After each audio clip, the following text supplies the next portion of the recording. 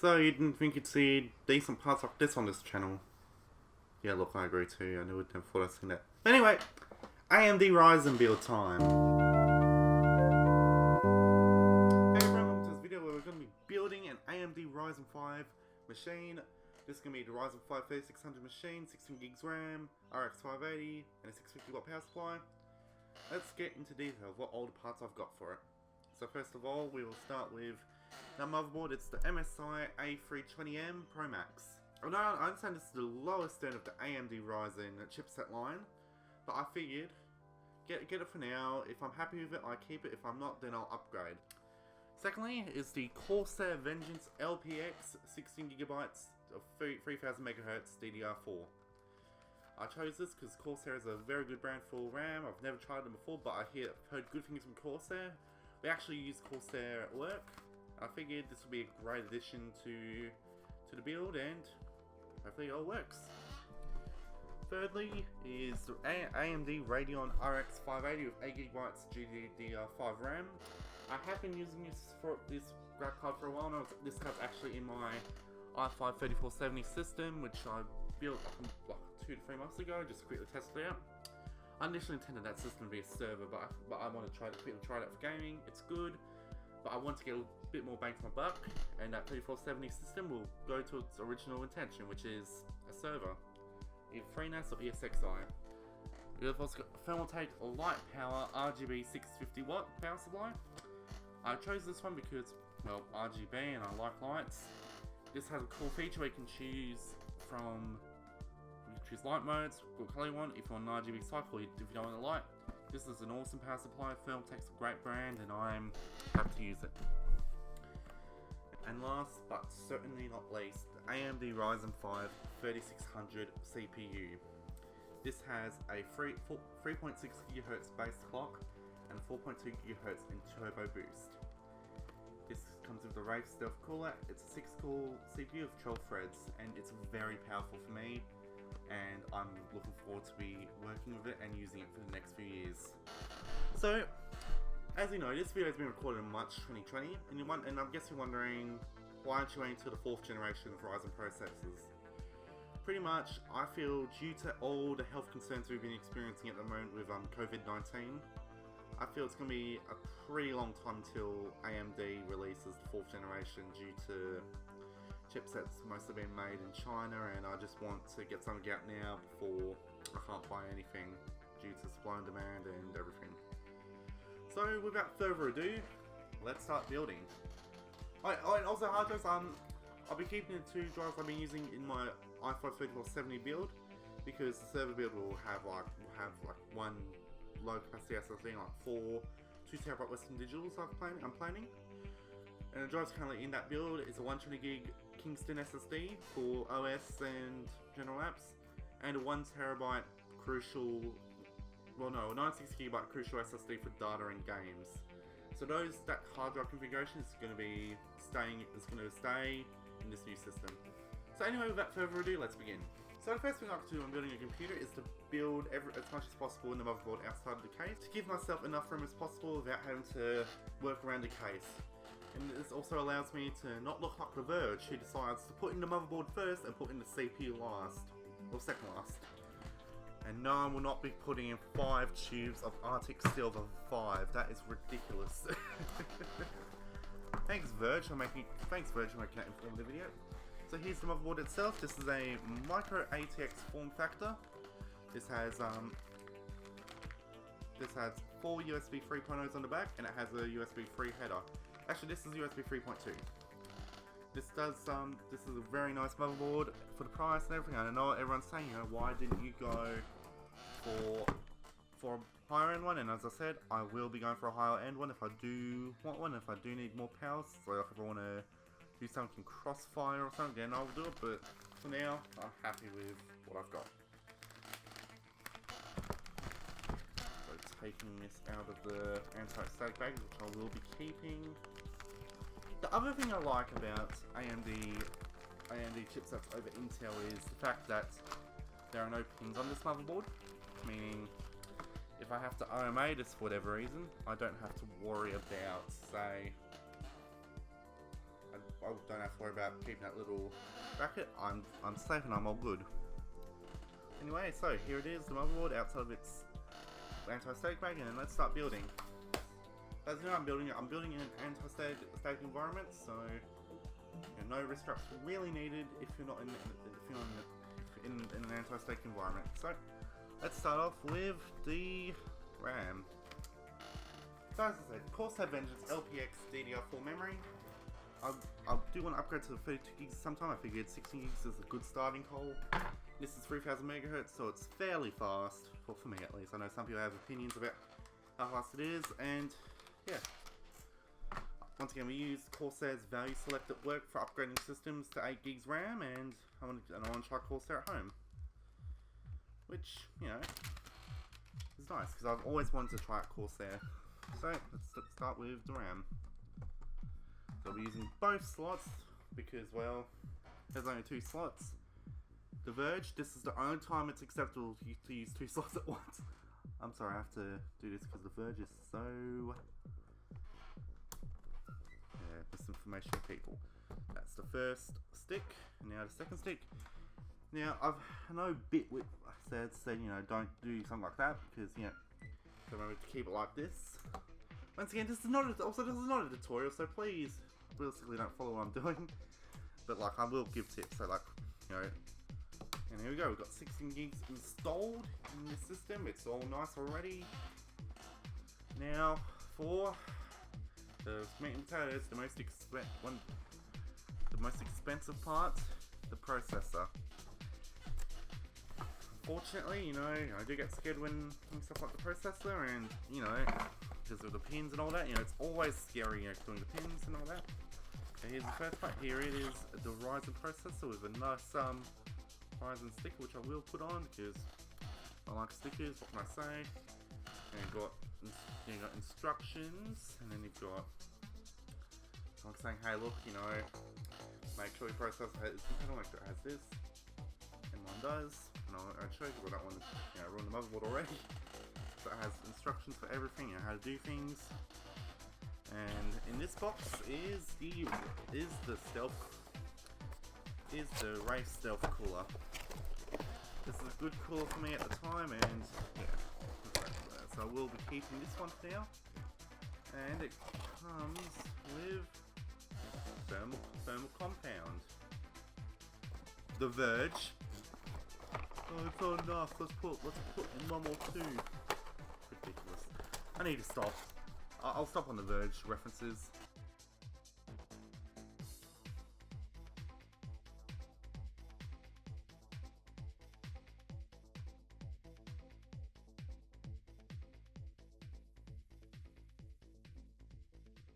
For now we can install the CPU. I mean, we could have before, but I just wanted to quickly sort that out. So pretty much, this is the most serious part of the build. You know, you don't want to ruin your motherboard or your CPU because of the pins. So you're going to take this retention pin off, that up. You're going to take out the CPU, hold it by its sides so you don't touch the top or everything. This is zero insertion force, meaning, you know, don't have to push it in when you get in. Pretty much, just like that.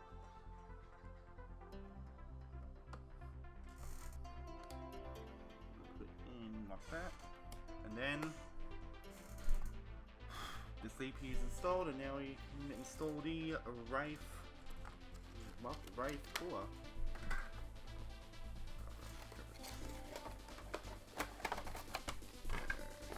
Here it is, AMD Wraith Stealth. I would have got an RGB one, but AMD does not include one in their non-Radeon builds, and they're non. I would have had to pay more for X, and I don't really care about overclocks. That's why I didn't get an X.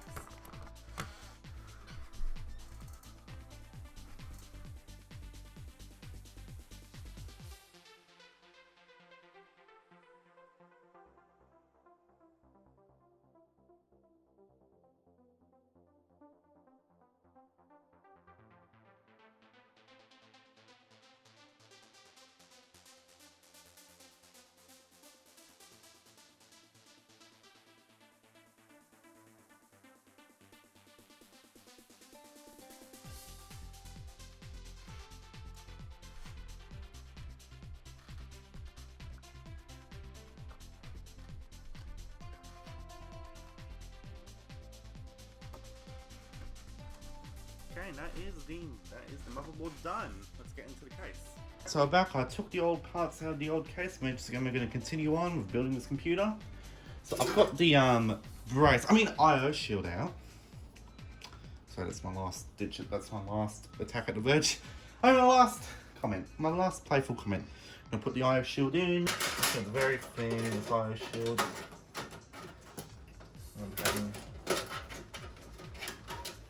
Hard to hold it on. Alright.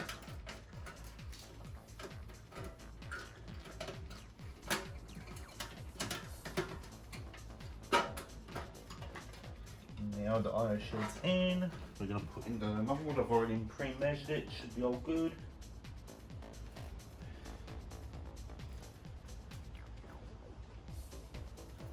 I'm going to quickly see. I've already pre-measured it, so it should be all good to put in.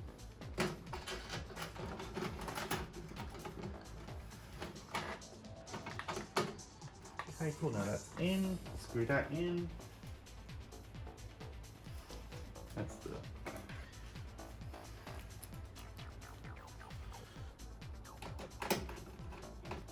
Alright. Now we are going to put all the front packages in. The main ones, I'll put the 24 pin and the 4 pin. And just that's the bare essentials. So I really want to test this out before putting anything else in.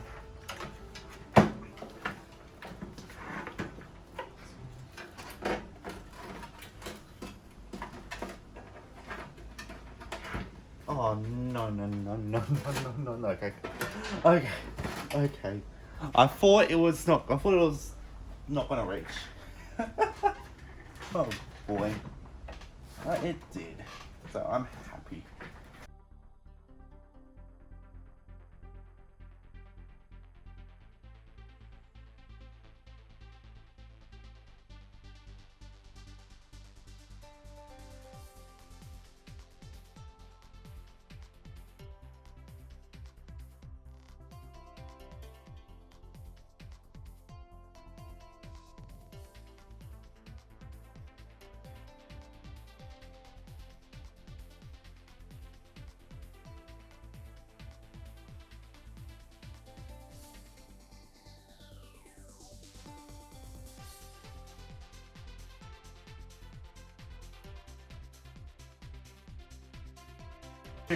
Quickly boot stops because my anxiety is at an all-time high now because I feel I've screwed up. I'm gonna put you guys by the screen so you can see for yourself. That's my Discord.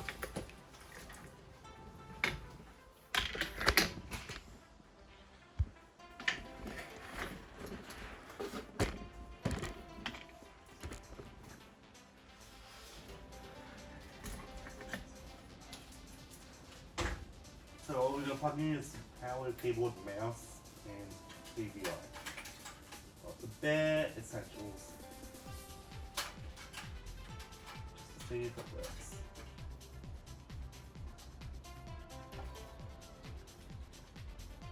And then if it does work, we'll continue.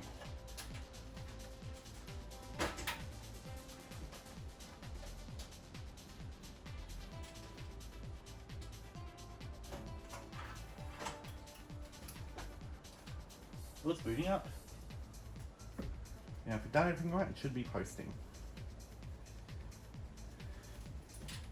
Very silent.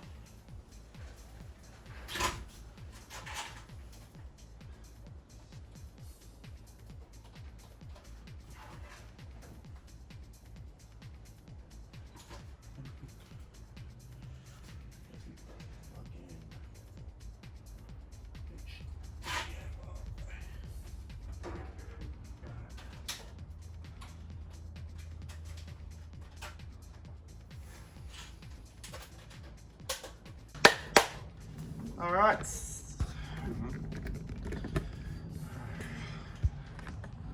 Alright, so we're back. The system did end up posting much to the happiest of please. I just quickly reset the RAM and then it just started posting. So let's continue. We're gonna put the hard drive in now. So let's do that.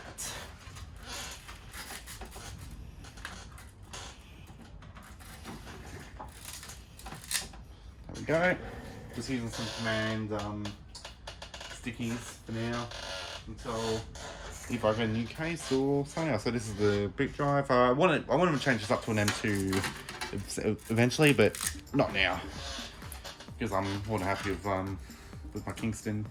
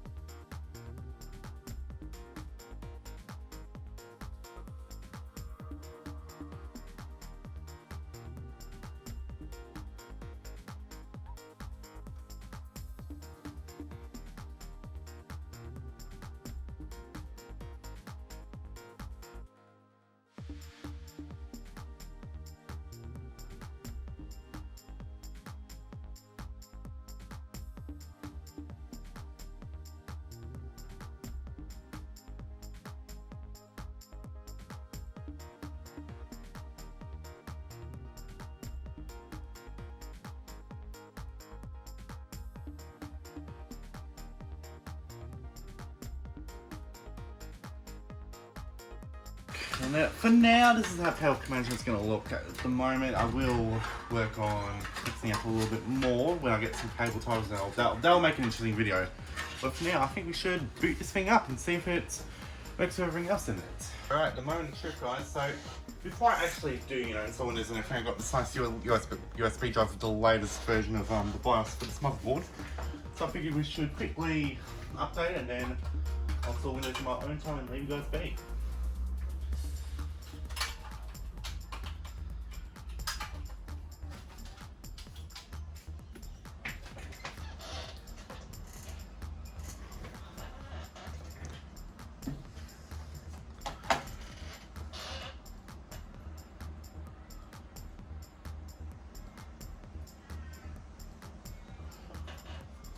Alright, cool.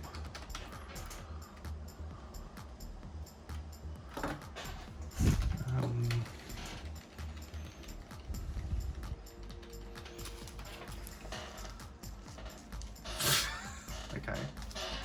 Alright.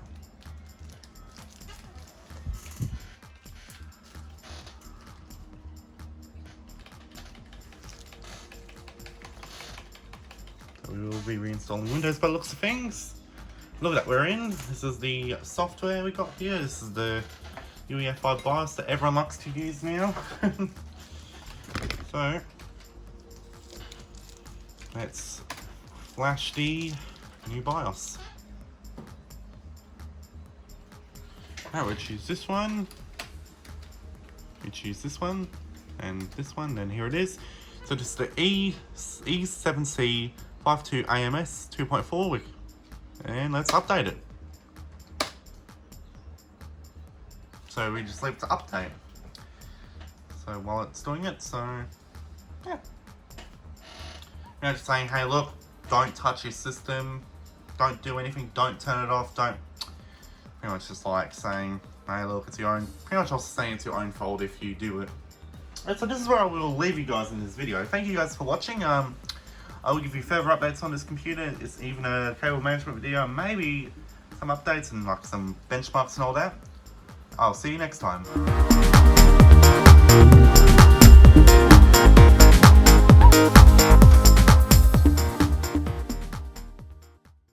And finally, last but certainly not least, the AMD Ryzen 5 3600 graphics card.